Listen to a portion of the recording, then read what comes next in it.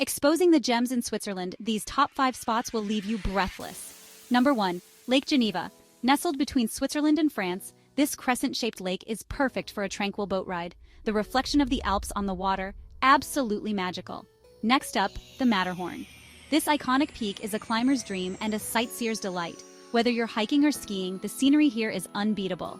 Third on our list, Lauterbrunnen Valley. With 72 waterfalls cascading down its steep cliffs, this valley is straight out of a fairy tale, perfect for a serene walk or an adventurous hike. Coming in at number 4, Zermatt. This car-free village offers breathtaking views of the Matterhorn and some of the best skiing in the world. A winter wonderland you can't miss.